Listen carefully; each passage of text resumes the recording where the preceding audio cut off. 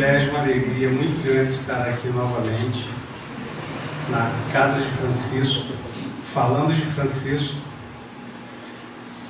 Me sinto pequenininho diante desse grandioso espírito que ele é e de tudo que ele traz e proporciona a todos nós. Em plena semana em que se comemora o aniversário dessa casa, que é regida por ele, traz uma profunda emoção e comoção. Até para preparar o estudo foi algo assim muito profundo, algo que me trouxe muitas reflexões. Eu sempre costumo falar que quando a gente traz essas palestras, primeiro é para a gente, depois que curou, depois que conseguiu acomodar aqui no coração, a gente consegue passar. E Francisco foi um espírito puro, foi um espírito que só falou de amor, foi a boa nova de Cristo. Quando a gente fala boa nova, a gente está falando do próprio Cristo. E não teria como falar de Francisco sem tocar na história de João, o Evangelista. Esse livro é baseado estudo é baseado no livro de Francisco de Assis, foi codificado por ditado pelo Espírito de vez. É um livro muito bom, 390 páginas. Se alguém não leu ainda, tiver a oportunidade, leia, porque tem muito conteúdo nele que é pra gente, e cada um que lê vai trazer aquilo para si. Então o que a gente está trazendo aqui hoje é um apanhado geral da história em si. E João, evangelista, ele foi o único apóstolo de Cristo que não foi assassinado, porque ele foi o único que teve a sua morte, o seu desencargo natural, não pela mão do homem. Mas ele foi caçado, e na época em que ele vivia, para os imperadores seria algo muito trágico assassinar ele, prender, condenar à morte, fazer algo desse tipo, porque a palavra dele era muito ouvida. As pessoas se compraziam com ele e seguiam o que ele falava.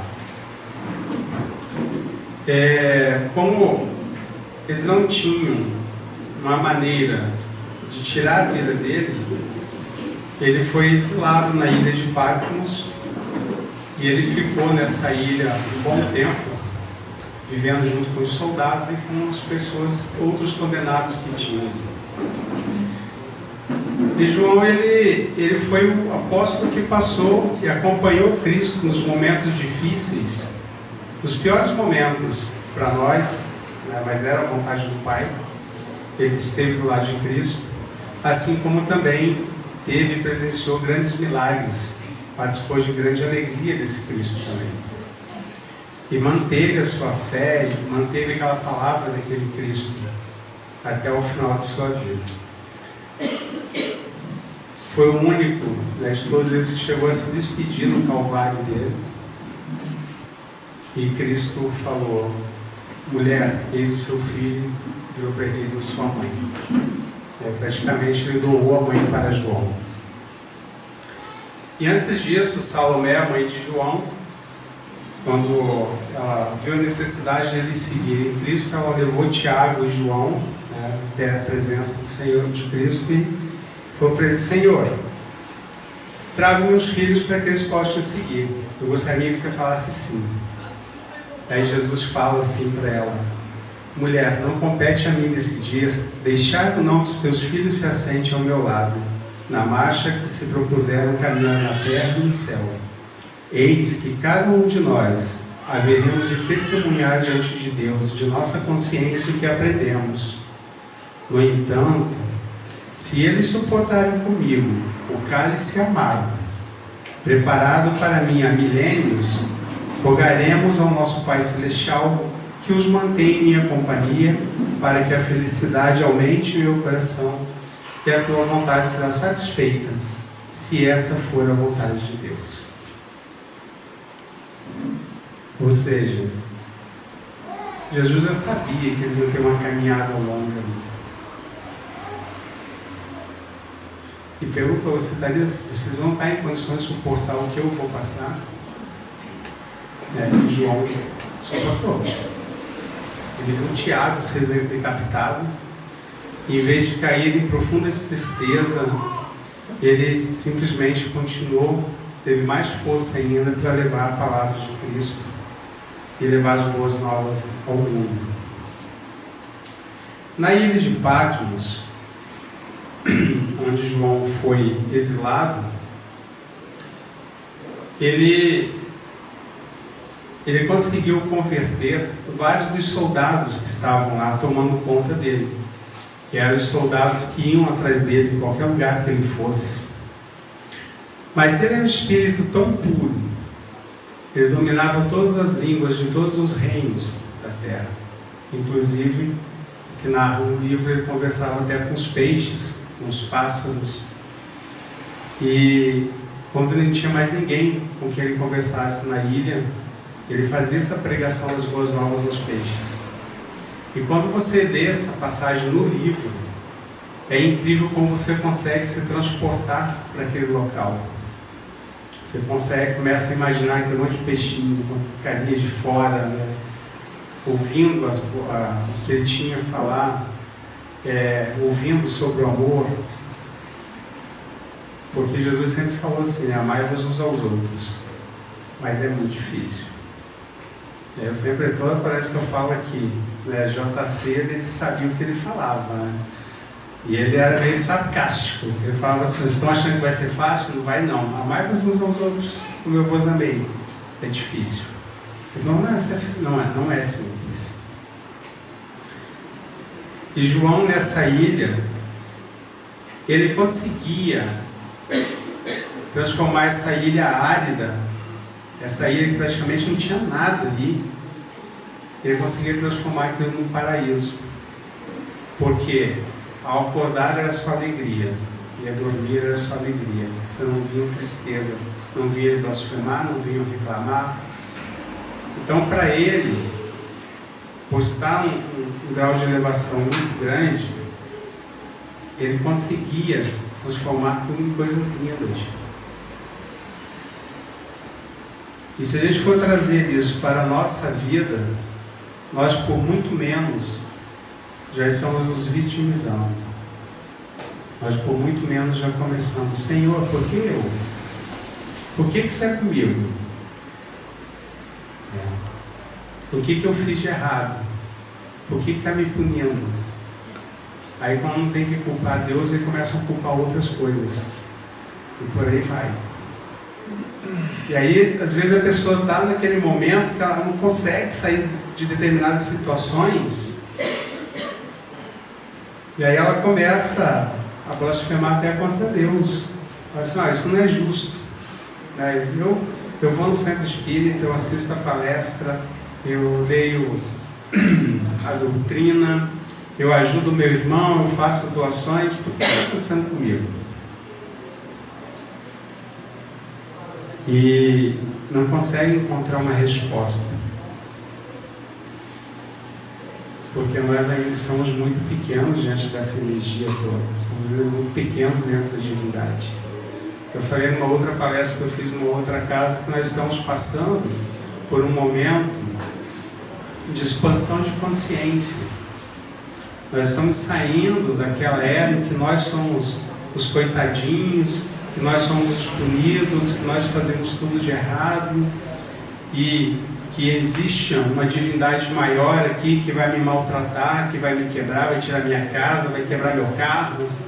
A gente está saindo desse patamar, nós estamos indo em busca da energia para que ela faça parte da gente. Nós vamos chegando num momento em que a gente está olhando para Cristo e fala assim: olha, eu preciso um pouco dessa energia aí. Então, olha assim: Pai, por que está me punindo?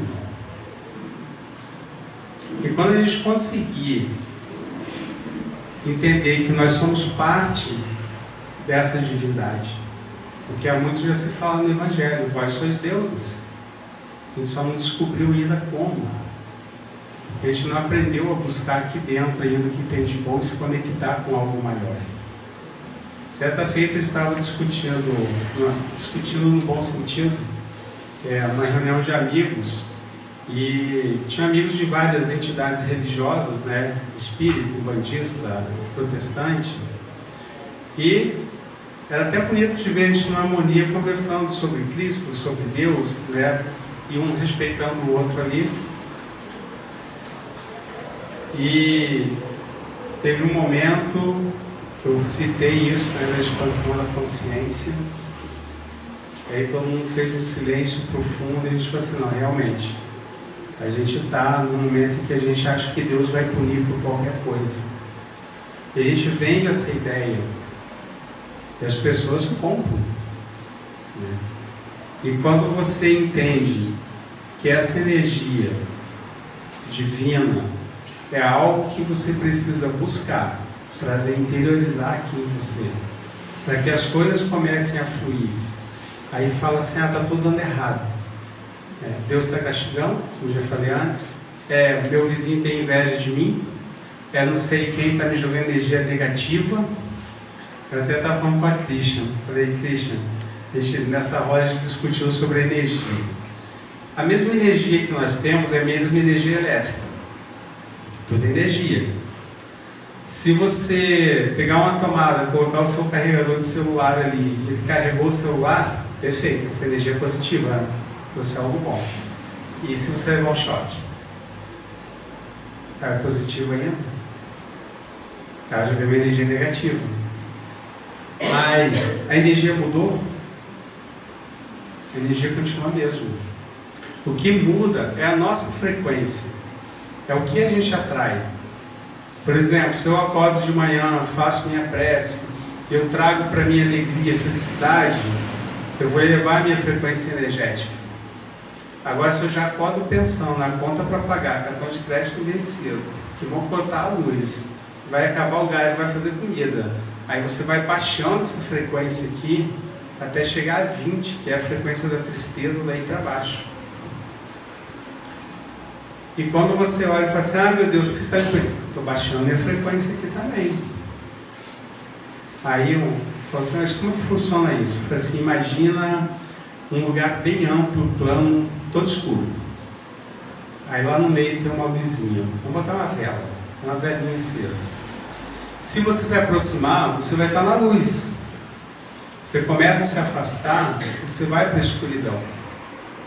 É a luz que se afasta de você? É Cristo que se afasta da gente? É a espiritualidade que se afasta da gente? Somos nós que nos afastamos. E quanto mais a gente se afasta, mais nós vamos sofrendo as nossas consequências. É o que nós estamos buscando. Quem busca a luz vai para a luz, quem busca a treva vai para as trevas. Porque eu, particularmente, nunca consegui ver Deus como uma energia que pune, que maltrata, que mata, que quebra, né, que destrói a casa, que não dá para entender isso. Não dá para entender como que o espírito de luz, o espírito de amor, vai fazer mal a alguém. Quem faz somos nós. Nós que buscamos isso. E João, espírito de luz, temente a Cristo, ele conseguiu sobreviver na ilha de Patmos, conseguia converter os soldados, porque quando os soldados estavam perto e via ele conversando, até com Maria, com Tiago, com os outros apóstolos, eles começavam a entender que existia um Deus de amor, que existia um Deus que queria bondade. E quando ele estava pregando aos animais, aos peixes, aos pássaros, esses soldados ficavam cada vez mais admirados. Até que veio uma ordem do imperador para que eles pusessem um fim à vida de João. Então, a sentença foi que ele seria cozido num tacho de azeite, que era uma das atrocidades, era uma forma muito brutal, de sacrificar alguém, tirar a vida de alguém. Os soldados já vieram cabisbaixo, tristes, falaram assim: Senhor, nos perdoe, mas são ordens do imperador, nós temos que cumprir. Caso nós não cumpramos, nossas famílias que vão ser mortas, porque eles faziam isso. E aí João entendeu, falou aos soldados que não se preocupassem, entrou no tacho e ficou ali durante uma semana.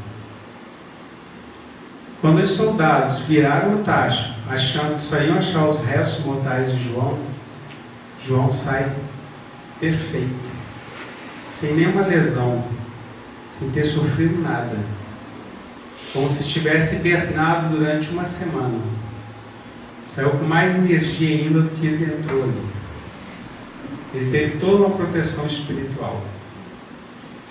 Quando chegou isso até o imperador viu que não teria como acabar com João, aí falou assim: não, então como ele sobreviveu, nós vamos dar o prêmio da liberdade para ele. Então ele pode sair da ilha de Patmos e vai ser livre. Mas os soldados, já entendendo como funcionava a mente dos imperadores, eles deram uma roupa de soldado velho para João e rasparam a cabeça dele e falaram assim: olha, a partir de hoje o senhor vai se chamar Francisco.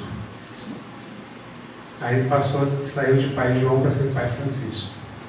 E foi para Éfeso, e ali viveu entre gentios, viu muitos dos soldados que se converteram serem crucificados, porque descobriram que eles tinham se convertido a Cristo. E João passou a viver então como pai Francisco. Na ilha de Patmos, ele teve, eu posso até falar um benefício divino, de escrever o Apocalipse. Ele foi remitido há 1000 anos atrás, e ele escreveu o Apocalipse, ditado pelo próprio Cristo. E o Apocalipse em si, ele relatava justamente, era um plano para que Cristo não pudesse vir à Terra. E aí foi necessário retirar da Terra 2 bilhões de espíritos maus. Os engenheiros siderais construíram uma cidade chamada de Acruzada, bem na linha do Equador, praticamente em cima da Terra, justamente para que esses espíritos que estavam aprisionados ali tivessem a luz solar emanando o tempo todo em cima deles, para que eles pudessem se comprazer e curar um pouco da maldade que tinham, porque eram verdadeiros selvagens. Mas alguns conseguiam escapar de lá, mas a própria espiritualidade permitia isso. Mas quando eles chegavam, conseguiam sair dessa cidade, eles eram automaticamente reencarnados e eram dados a ele o dom do esquecimento, para que eles não lembrassem das atrocidades do propósito que eles queriam. Porque a intenção desses espíritos era justamente atearem fogo na Terra. Eles queriam acabar com o planeta por terem sido aprisionados lá, e lá eles ficariam presos por 1000 anos. Essa cidade, ela era uma forma de uma cruz, e as beiradinhas eram quebradinhas, e cada cantinho desse tinha um líder, né? E esses líderes, eles retornaram à Terra depois, porque dentro dessa própria cidade tinha os espíritos ali que se rebelavam contra eles. Então era o mal contra o mal. E realmente eles conseguiam vir à Terra, e aqui eles iam em perseguição dos espíritos que se rebelaram lá naquela cidade. E aí eles faziam as atrocidades terríveis, a mortandade. Inclusive um desses imperadores da cidade acusada foi Hitler. Ele esteve na Terra e ele caçou o povo dele que se rebelou contra ele. Por isso que, afirmado no livro, nós temos todo o holocausto que aconteceu, a morte de milhares de judeus. Entre outros, a gente vai ver mais na frente quem mais era líder dessa cidade.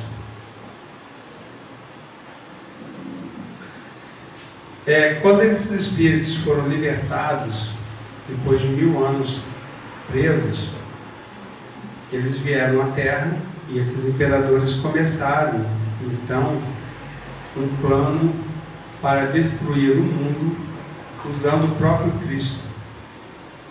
E aí criaram-se as cruzadas. Então, Urbano II, que foi o Papa que criou a primeira cruzada, ele usava de que estavam indo em defesa do sepulcro sagrado de Cristo e tinham que tomar Jerusalém. Aí formou-se as primeiras cruzadas, que eram soldados recrutados pela própria igreja, com apoio de alguns reis. E essas cruzadas, elas eram destruidoras, porque eles iam para massacrar, para pilhar, para destruir o que estava no caminho. Eles não era somente o interesse em defender o que era sagrado. E aí a gente começa a entender por que teve tanta atrocidade no mundo. Então, o padre Urbano II, ele tinha um braço direito, que era Pedro Eremita. Esse Pedro era tão feio, que quando ele nasceu nem os pais quiseram. Simplesmente abandonaram ele. Mas ele tinha o dom da palavra. E ele conseguia mover milhares de pessoas para fazer o que ele quisesse. E o Papa Urbano, se aproveitando disso, recrutou ele para o legado, porque na verdade eles estavam em busca daqueles espíritos que estavam na cidade acusada. E de certa forma o sofrimento deles aqui, essa caçada toda, fazia parte do plano de elevação espiritual deles. Eles tinham que passar por aquilo. Além dele, nós tivemos Gengis Khan, que atuou na Ásia Central e na Ásia Menor. Ele também era sanguinário e costumava-se dizer: aonde as patas dos cavalos das tropas de Gengis Khan passam, não sobra nada. E realmente era assim. Mas o que ele fazia? Apesar de ele ser uma pessoa muito má, ele dava muita atenção aos soldados deles, a ponto de que ele ia para o meio do campo de batalha e socorrer os que estavam feridos. E com isso ele conseguia trazer todos junto com eles. Depois nós tivemos Torquemada, que liderou as Inquisições. E nós chegamos à Idade das Trevas, que foi o período da Idade Média. Foi o período em que a Terra sofreu muito. Nesse período se deu definição de céu e inferno, porque eles tinham que colaborar com o rei. Aí chegava no povoado e falava assim: olha, se você colaborar com o seu rei, você vai ter tudo de bom, você vai para o céu, é um paraíso. Aí vem a lenda das 10 virgens, você vai ter dinheiro, vai ter sombra, água fresca. E gente, num período em que só tinha morte, destruição, calamidade, quem que queria ficar na terra? Tipo assim, você vai para o inferno, tá? Lá você vai queimar dia e noite, você vai ser cortado em pedacinhos. Ninguém queria isso. Então a pessoa pegava tudo que tinha entregado, dessas falsas promessas da salvação. Enfim, eu sempre falo assim, não vale o julgamento, porque quando a gente começa a falar muito, dos períodos remotos, a gente quer direcionar para uma determinada religião. Mas, se nós formos analisar friamente, a gente acaba vendo que foram as pessoas. São as pessoas que fazem isso, por interesses próprios.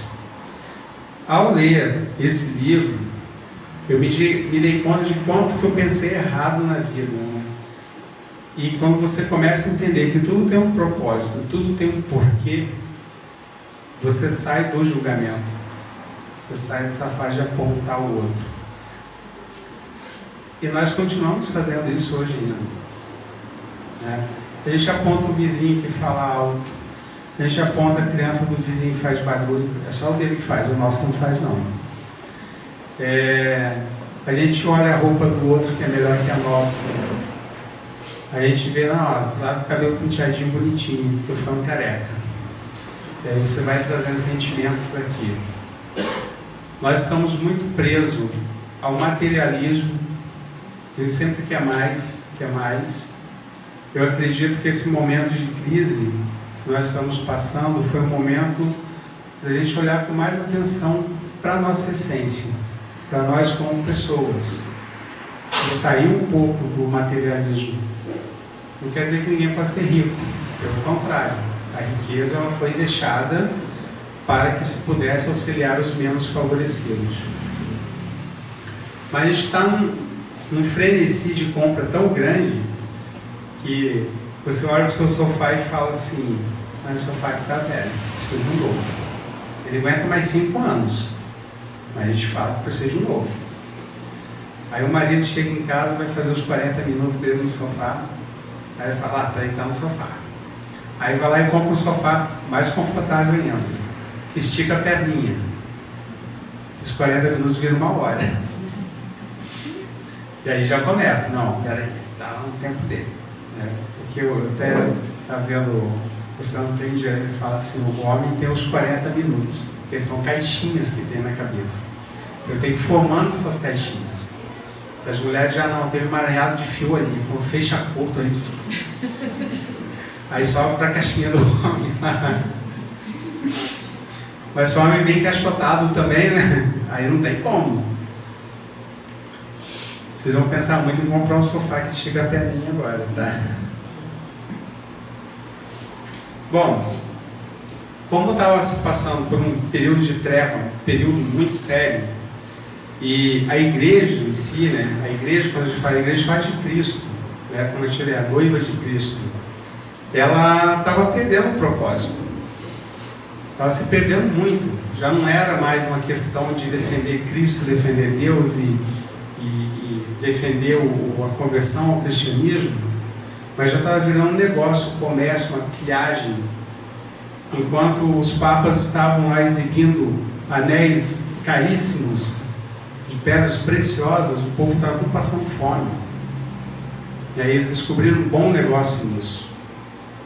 Então, Cristo chama João, né, no mundo espiritual, e reúne junto com ele mais 200 espíritos para que descesse na terra para poder colocar uma ordem no caos que estava se formando.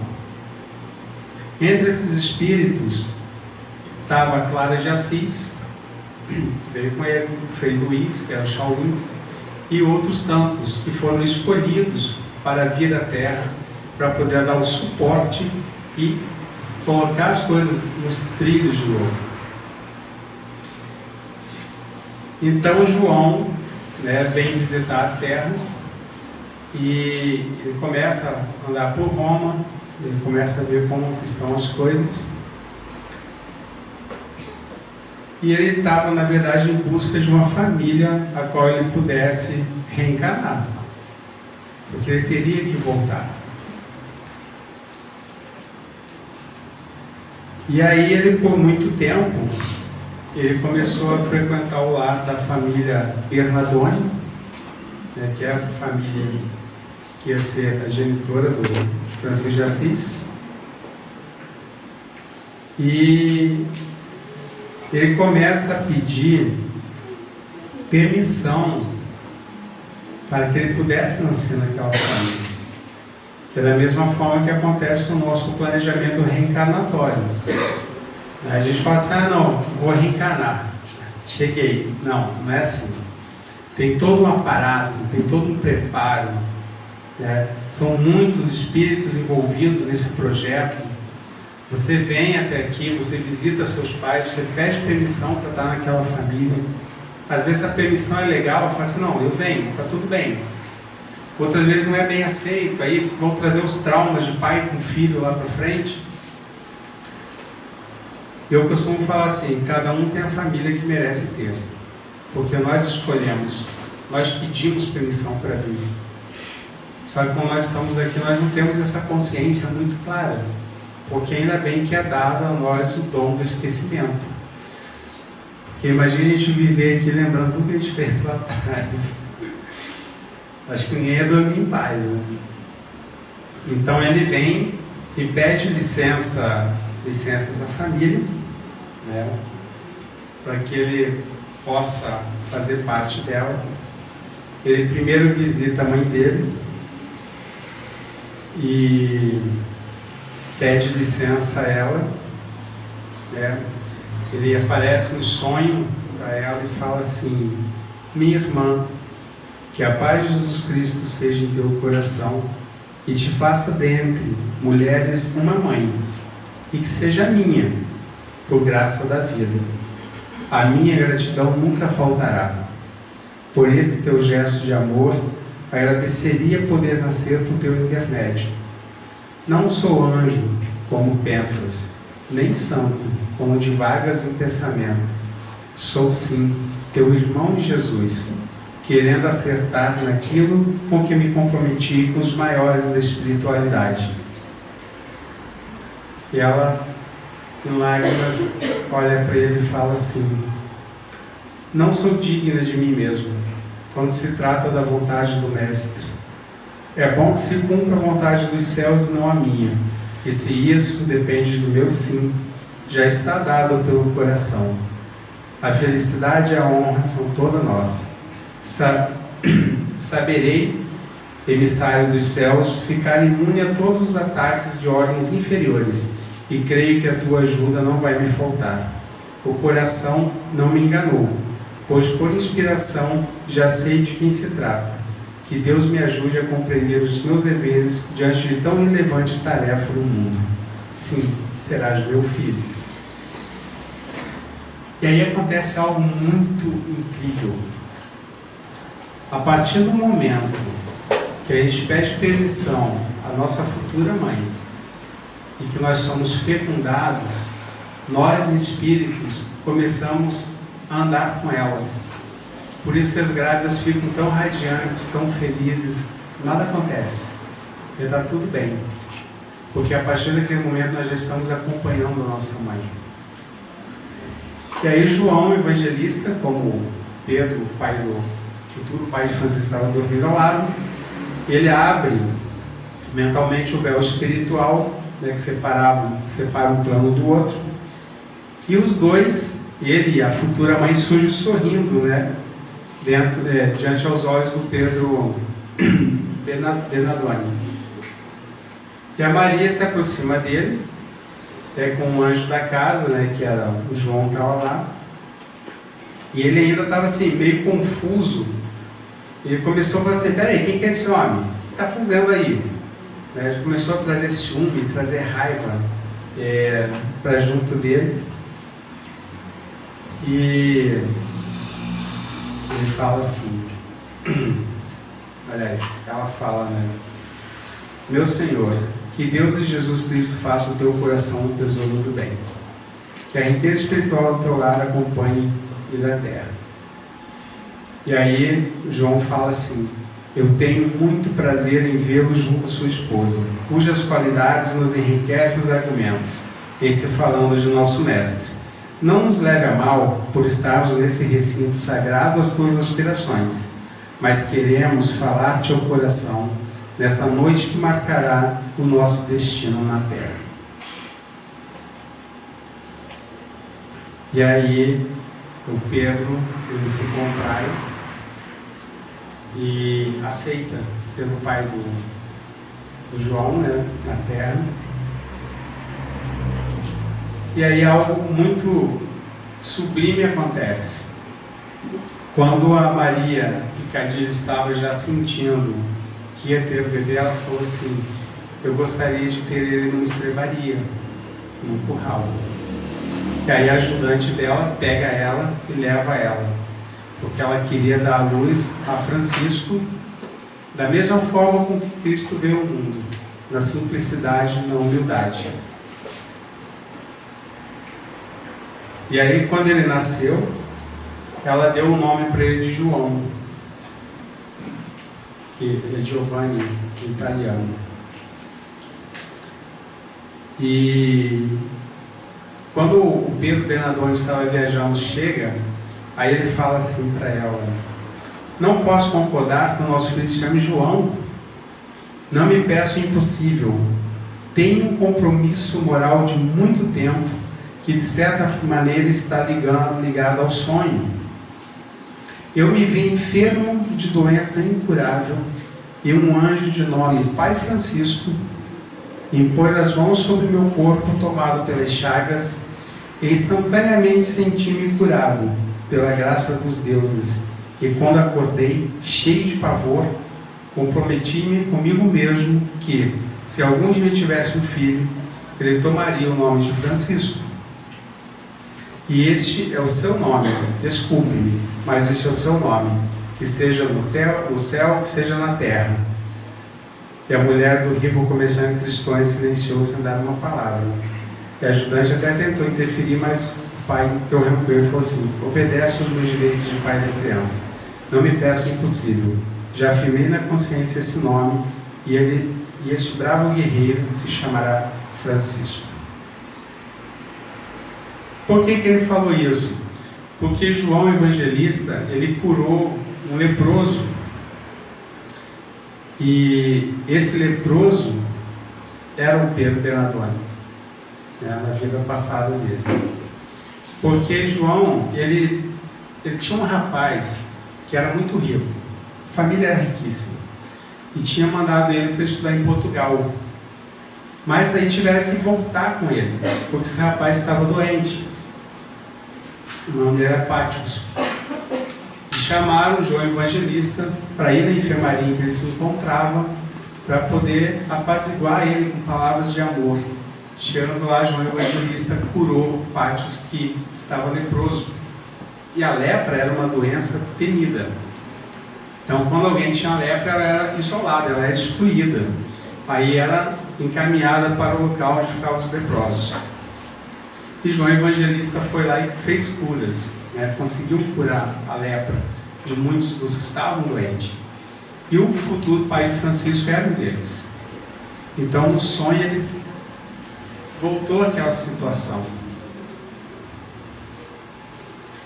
Bom, nesse percurso, Francisco de Assis nasceu, era uma criança com inteligência acima do normal, porque já era um espírito de luz.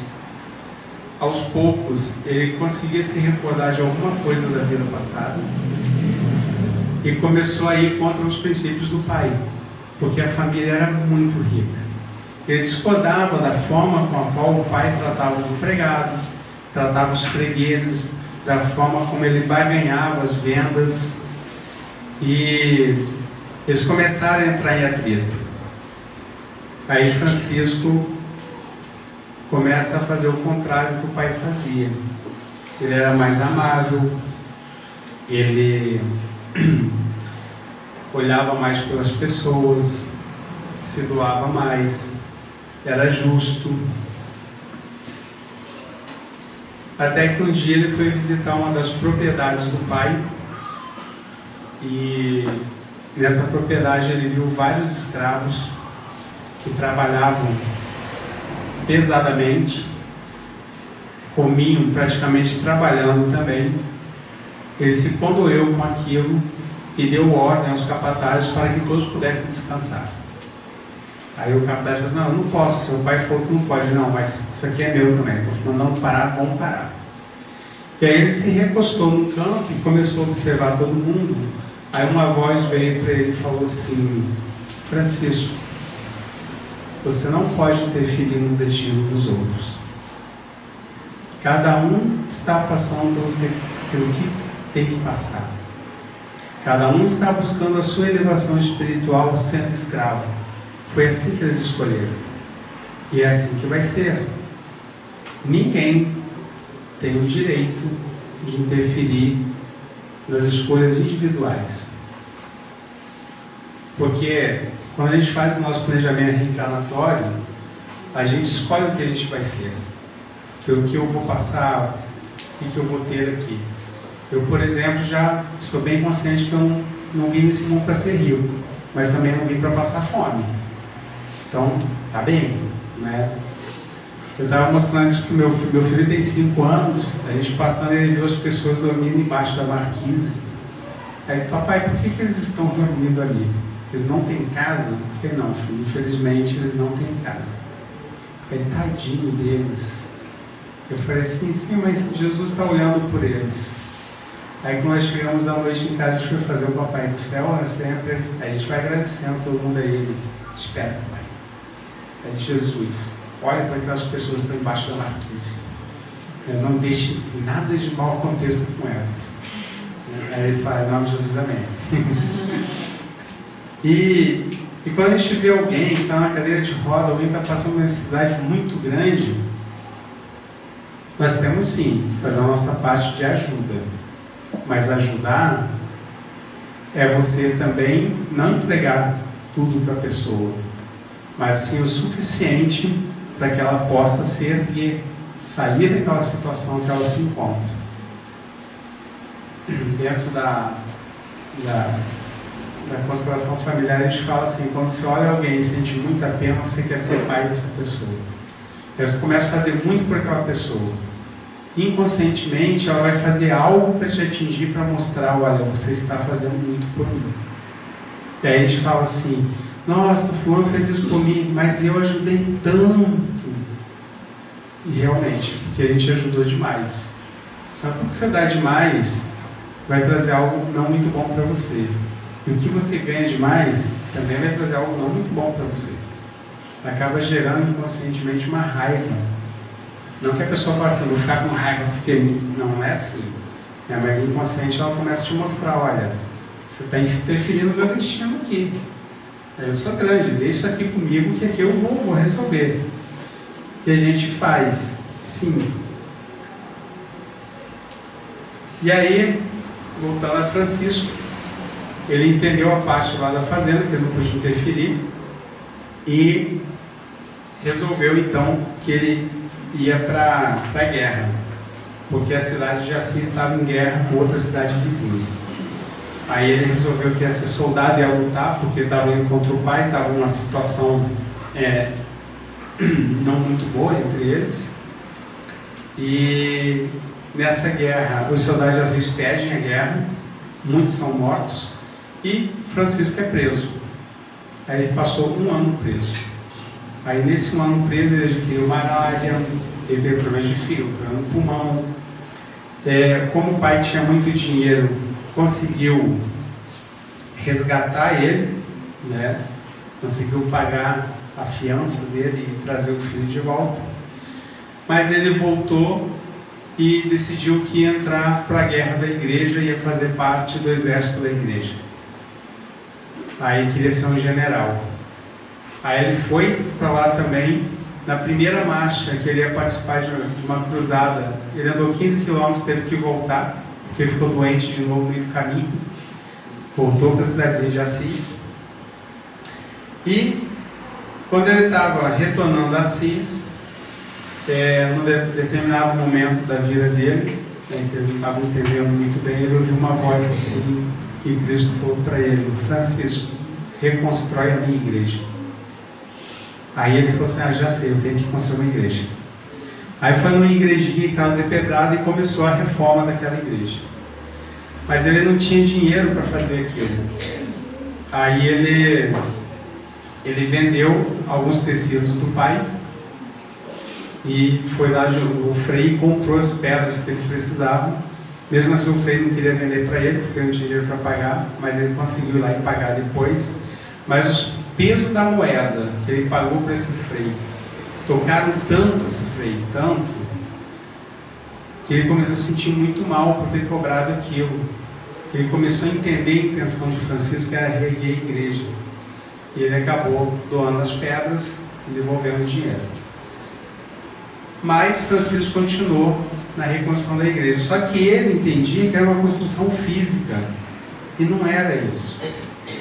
O propósito era bem maior. Porque o que Jesus queria era que Francisco reconstruísse a igreja na íntegra. Aquela destruição estava acontecendo, estava se perdendo os valores. era trazer a moral, trazer os ensinamentos de Cristo de novo. Era espalhar o amor, não o ódio, não a guerra, não a tristeza.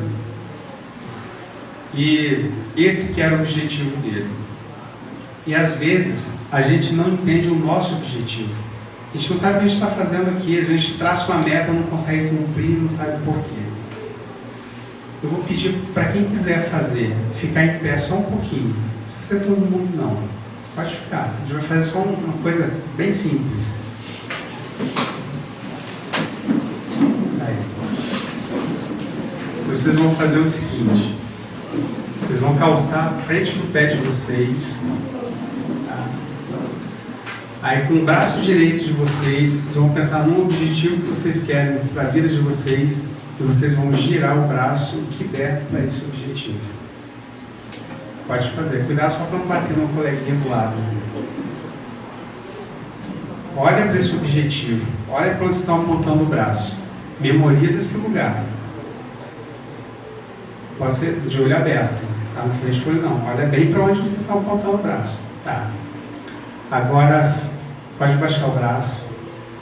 Agora de olhos fechados, vocês vão esticar o braço e vão voltar para esse objetivo de novo. O máximo que vocês puderem. Fecha o olho. Pode fechar. Se bater no colega, ele grita. Agora abre o olho. Vocês viram que vocês foram além do que vocês podiam. E quando a gente traça um objetivo, a gente fica olhando só para aquilo. Agora, se você sai daquela construção consciente, não, eu quero aquilo, e você deixa o seu inconsciente trabalhar, você vai além do que você pode. E era isso que Francisco não estava enxergando. Aí quando ele entendeu o que era a igreja, aí ele resolveu, sim, assumiu isso e falou assim, não, eu vou então trabalhar agora para reconstruir a igreja. E ele fez a primeira igreja, terminou a igreja pequenininha, que existe ainda. É até engraçado, você vai olhar a foto, é uma igrejinha dentro de uma catedral gigantesca. E junto a ele vieram outros freis. Então teve Frei Leão, Frei Felipe, Frei Cândava, Frei Arlindo, Frei Bernardo, Frei Pedro, Frei Rufino, Frei Silvestre, Frei Ângelo, Frei Quirino, Frei Tancredo, Frei José, Frei Luiz, Frei Diogo, Frei Eugídio, Frei Morico e o João de Capela e Frei Sabatino. E aí eles fundaram a Ordem Franciscana. E a Ordem Franciscana, ela vivia na maior da simplicidade, na maior pobreza. Mas a pobreza não é pobreza de sujeira, de doença, de desleixo. A pobreza, vamos botar assim, no dicionário de Assis, não era nem incompetência, para você discernir as coisas, nem a fome, nem a preguiça. Ela era a integração da vida natural, a fraternidade universal que Deus abençoa no cantar dos pássaros, no soprar do vento, na claridade do sol, no borbulhar das águas, na simplicidade das árvores, na candura dos peixes, nos raios das estrelas, no amor mais puro dos homens, que a gente poderia traduzir como se fosse um socialismo cristão, que é uma força poderosa, que se alastra no mundo inteiro e que está aí para dominar os povos, mas não dominar no sentido de escravizar, dominar no sentido de levar a uma esfera espiritual melhor, trazer um conforto para a alma. E a comunidade franciscana sobrevive, mas Francisco precisava da ordem do Papa para poder fundar a Ordem Franciscana. Ele chegou até caminhar até Roma, mas chegou lá, foi impedido, não pôde falar com o Papa, porque os papas daquela época, até hoje eu acho, assim, só falavam com os reis, só com quem fosse de alto escalão, social, porque o resto era tudo plebeu, que nem chegar perto. Ele não conseguiu falar e deixou uma carta para o Papa, que depois o Papa acabou lendo, e mais tarde o Papa concordou em ele fundar a Ordem Franciscana. Uma ordem pobre, que é a ordem mais rica do mundo hoje, né? É a maior ordem que existe. Francisco teve muita ajuda, né, da Clara de Assis, que tinha o convento das Clarisses. A Clara de Assis foi convidada no plano espiritual a vir à Terra para dar suporte a essa missão dele, que era uma missão muito grande, não era uma missão simples. E teve um momento que Francisco estava vendo que a ordem cristã estava se perdendo.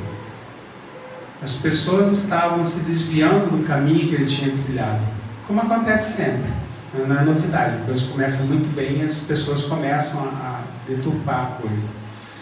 E ele foi visitar a Clara, chegou lá muito triste.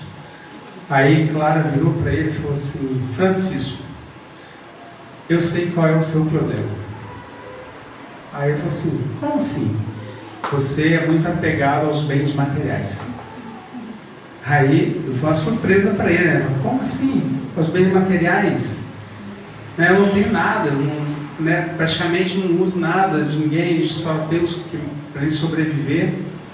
Ela falou assim: pois é, mas a ordem franciscana, o seu objetivo não é seu, é do Cristo. Você está apegado a essa ordem, você está com medo de sair, você está com medo de deixar na mão do outro, você está com medo de deixar a coisa ir, fluir. Então você está se apegando ao materialismo. Porque às vezes a gente pensa que o material é só o dinheiro, né? O primeiro faz apegado ao material, só pensa em dinheiro. Ou objetos, sofá que estica a perninha. Né? Então a gente pensa nisso. Não, um carro melhor que o outro, né? Se o carro é 1000, tem que ser 2.0, que ande mesmo, ele só pode andar 110 na pista. Então a gente é apegado às coisas, mas às vezes a gente é apegado ao emprego. Às vezes aparece oportunidade diferente, aparece oportunidade melhor, a gente não quer sair daquilo ali, porque a gente está preso naquela coisa e fala assim: não, eu faço bem, ninguém vai fazer melhor que eu. Isso é se prender ao material também. Às vezes está um relacionamento totalmente conturbado, um relacionamento que não tem mais para onde ir, e a pessoa fica insistindo: não, vai ser minha até o fim, vai ser meu até o fim. Está ali, não é meu, não é de ninguém. E a gente vai fazendo isso. Às vezes até nossos filhos a gente não deixa eles crescer por causa disso. A gente quer ter eles ali, embaixo do braço. Não, a gente esquece que o filho ele é um indivíduo. Nós podemos até fazer assim com uma criança: olha, não mexe com a faca, você vai se cortar, não vai ali que é perigoso, não atravessa a rua, senão o carro vai te atropelar. Agora vocês não vão conseguir mudar nunca a individualidade da criança. Quando ela crescer, ela vai ser o que ela quer, vai fazer o que ela quer e acabou. Aí quando a gente faz isso, só vai sofrer. Vai perder noite de sono, vai ficar triste, esquece que a criança já é um adulto e que ela tem vontades próprias. Ela define o que ela vai fazer. A gente esquece que tem um plano que foi traçado para ela aqui e ela vai passar por aquilo. A gente não vai poder fazer nada nem interferir nisso, porque nós somos muito controladores. A gente quer controlar tudo. Quer controlar o esposo, quer controlar a esposa, quer controlar o vizinho, quer controlar o cachorro da vizinha que faz cocô na calçada todo dia no mesmo lugar, e por aí vai. Mas nós não temos esse poder, nem Cristo. Cristo fala: ó, vem e me segue, mas vai seguir quem quer. Ele nunca falou assim: ó, você é obrigado a me seguir, você é obrigado a falar que eu sou o Filho de Deus. Ele nunca falou isso. E essa não imposição de Cristo que é muito legal, porque ele deixa isso claramente para a gente, mas nós somos também muito egoístas. O nosso ego que acaba atrapalhando muito. E aí Francisco continua a jornada dele. Papa Inocêncio fica doente, e aí manda chamar Francisco para poder dar um passe energético nele. Francisco vai, e aí sim ele consegue a liberação da ordem franciscana para poder continuar trabalhando, levando ler a palavra de Cristo e trabalhando pelas pessoas. Aí no final da vida de Francisco, ele continuou a pregação dele, e quando ele viu que ele já estava a ponto de desencarnar, ele resolve voltar para Assis, que é a cidade natal dele, e ele queria estar lá, naquele local. E quando ele sentiu, por vários problemas de saúde, que ele já estava assim, a ponto de voltar para a pátria espiritual, ele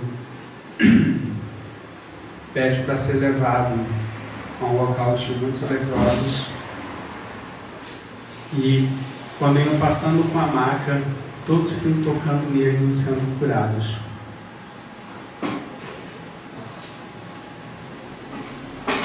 E a despedida dele desse mundo foi algo muito comovente.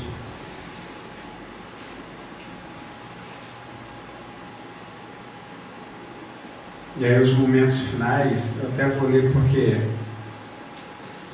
é algo assim, bem profundo.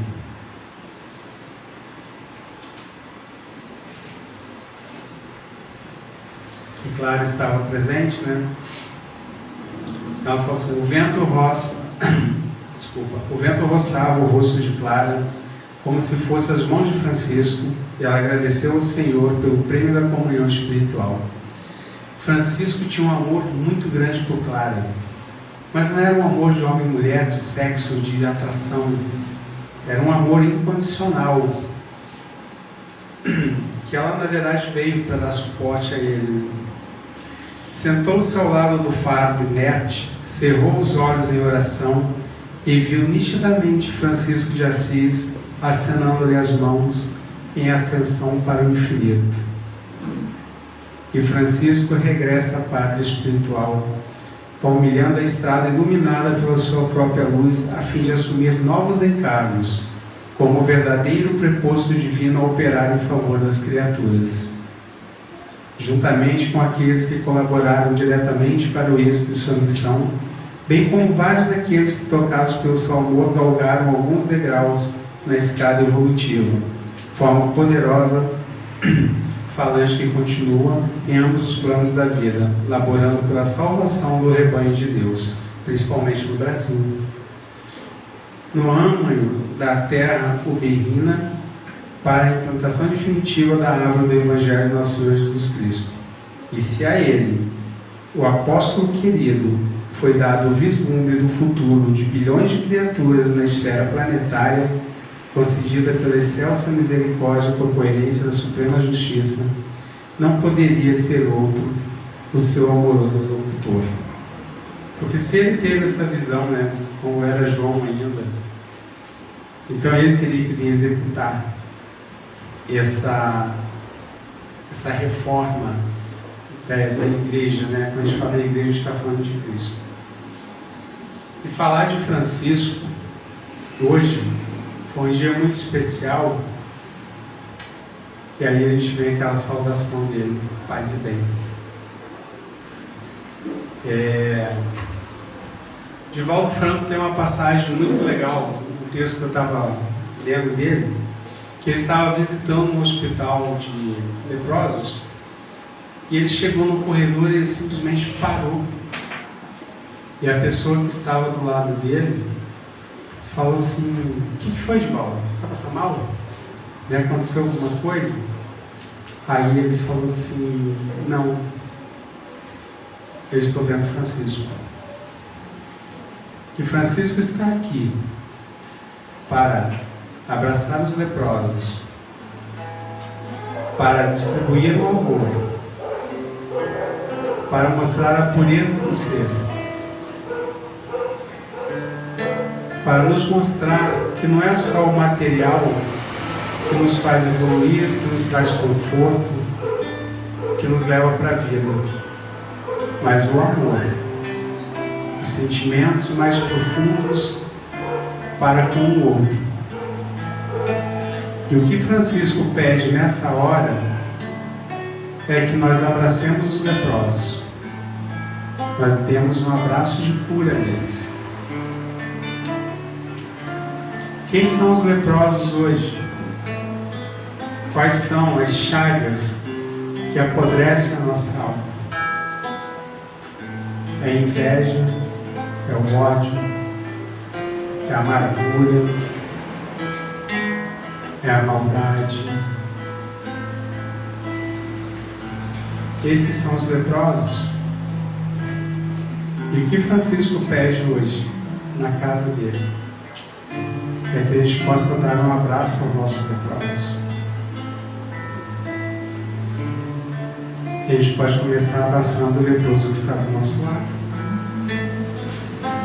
Na casa de Francisco, vamos dar um abraço de conforto. O abraço que cura as chagas, cura as dores, cura as tristezas. O abraço que vai trazer alegria. O abraço que vai trazer a vida, que nos faz crescer.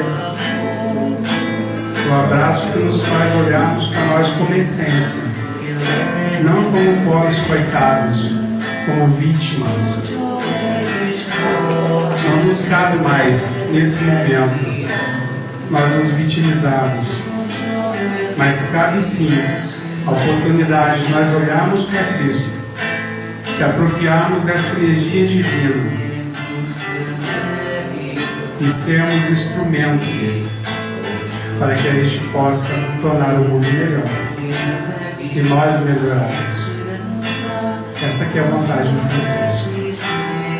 O Espírito de Francisco hoje abençoe e paire sobre cada um que esteja aqui. Que as chagas, as doenças, as dores sejam todas curadas. E que assim seja. Obrigado.